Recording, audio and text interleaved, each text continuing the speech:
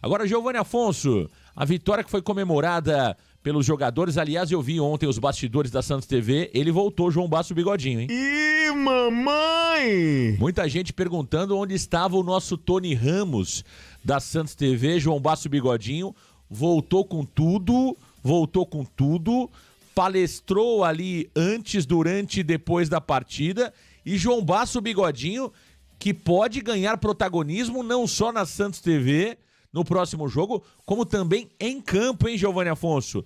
Pelas declarações do Carille pós-jogo, onde ele fala ali que tem uma zaga que pode ser com menos experiência, com Sherman pela direita, Souza pela esquerda, ele dá dica.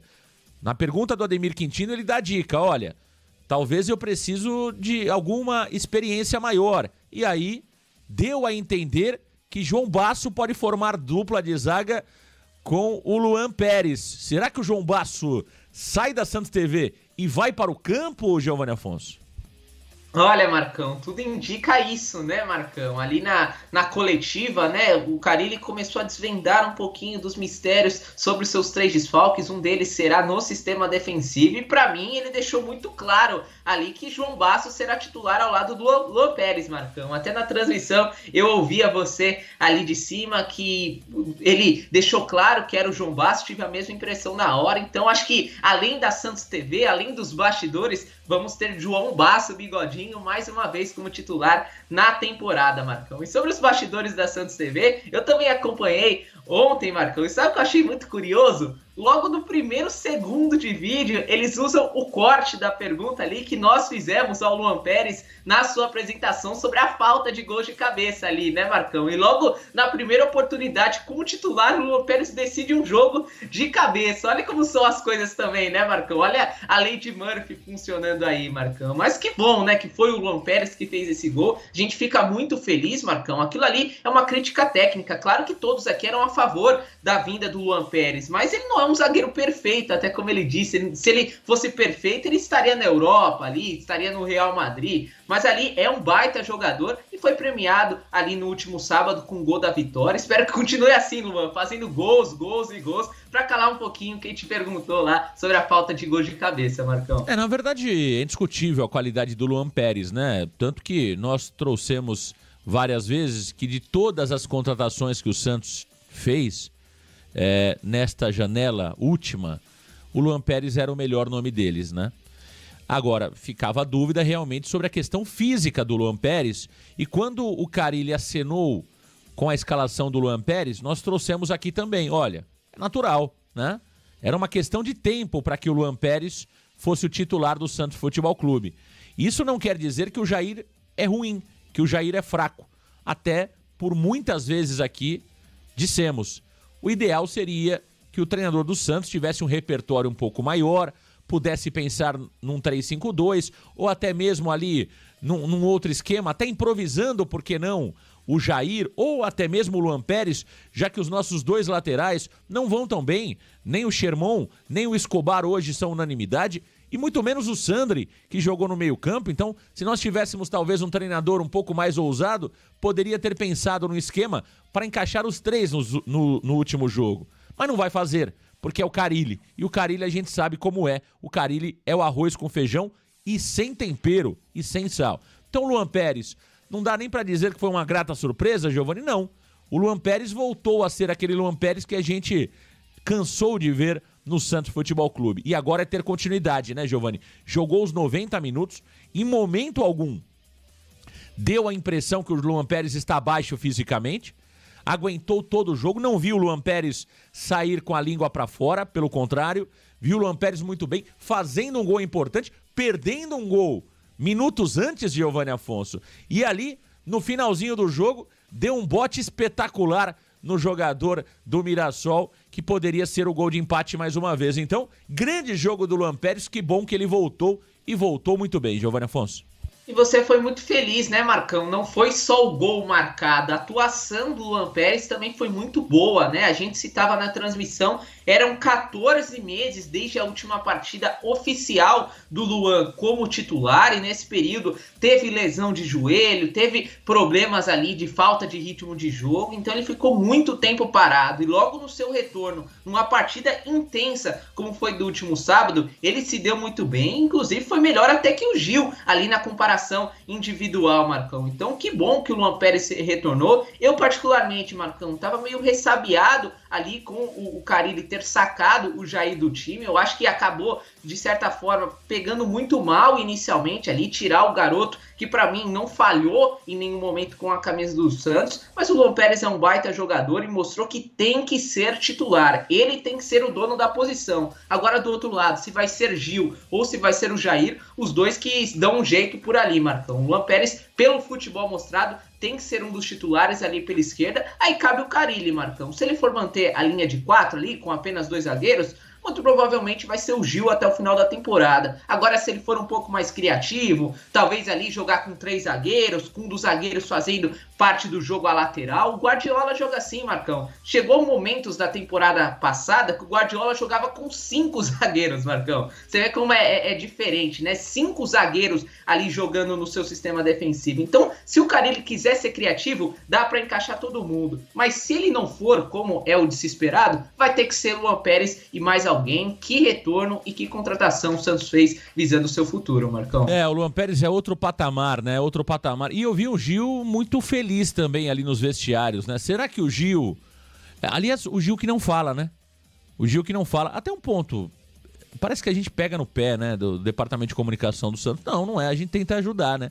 Porque nós temos a sensibilidade daquilo que o torcedor quer ouvir. Por exemplo, seria muito legal ter o Luan Pérez ao lado do Carille na última entrevista, porque o Luan Pérez foi o cara autor do gol, né? Autor do gol da vitória, voltando ao Santos Futebol Clube.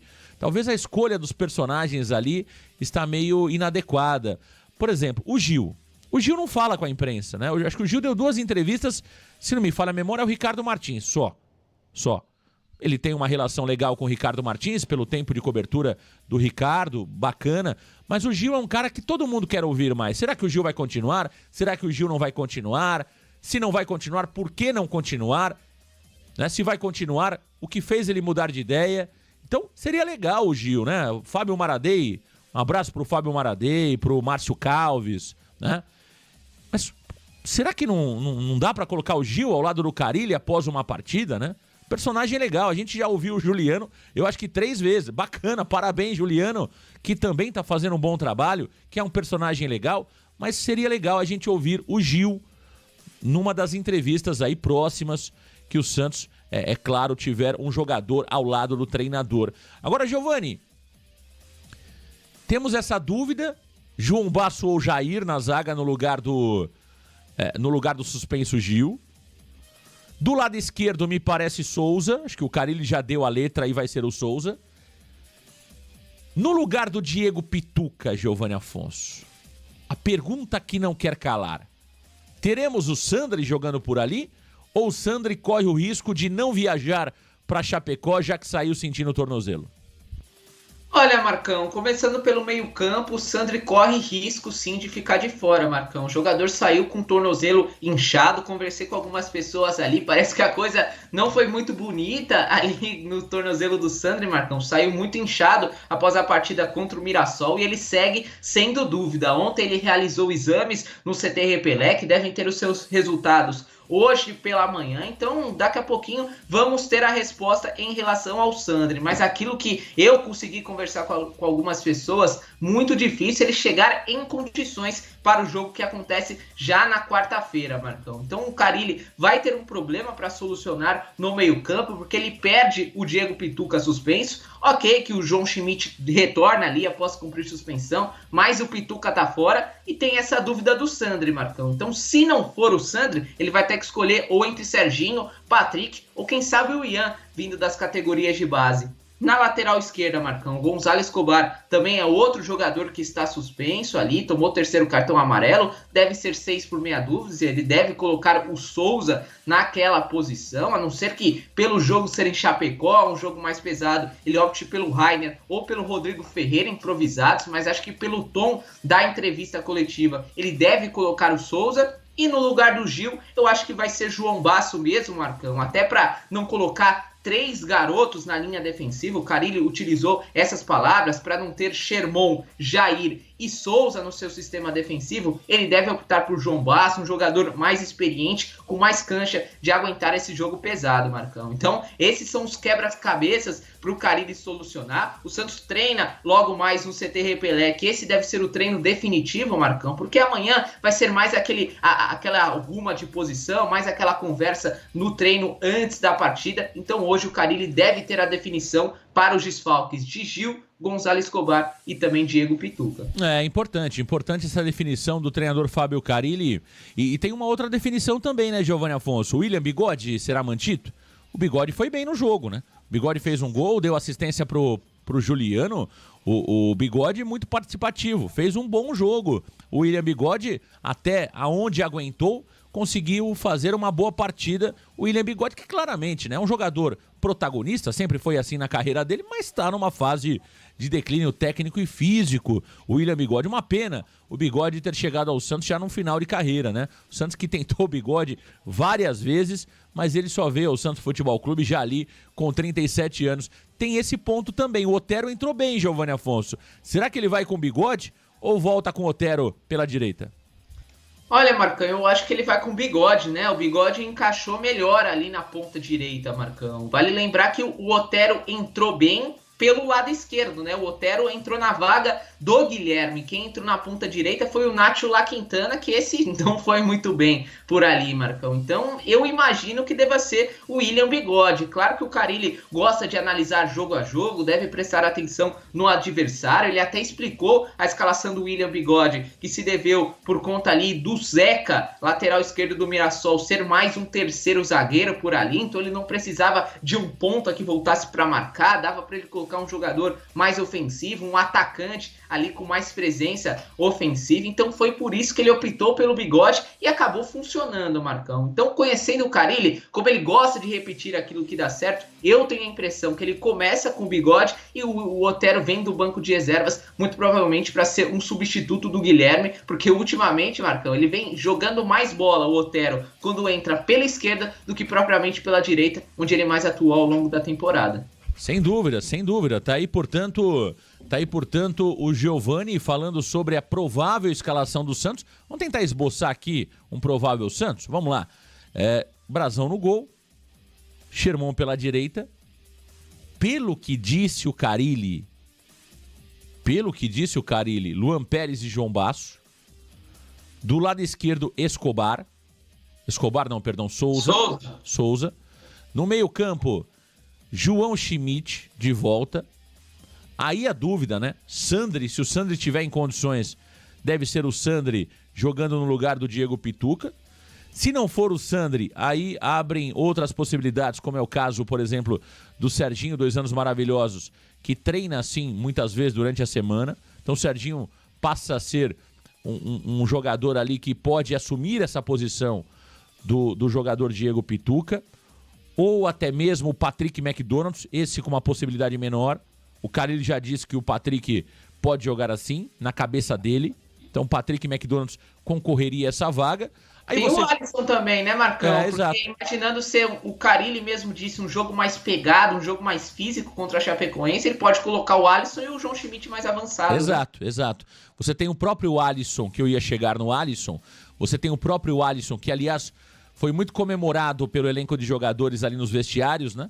Os jogadores ali, até o Gil, na fala, para quem não acompanhou os bastidores, faz uma referência ao Alisson. Eu até brinquei, vendo essa imagem, eu falei, pô, pronto, vão dar mais um ano de contrato pro Alisson. Ih, mamãe!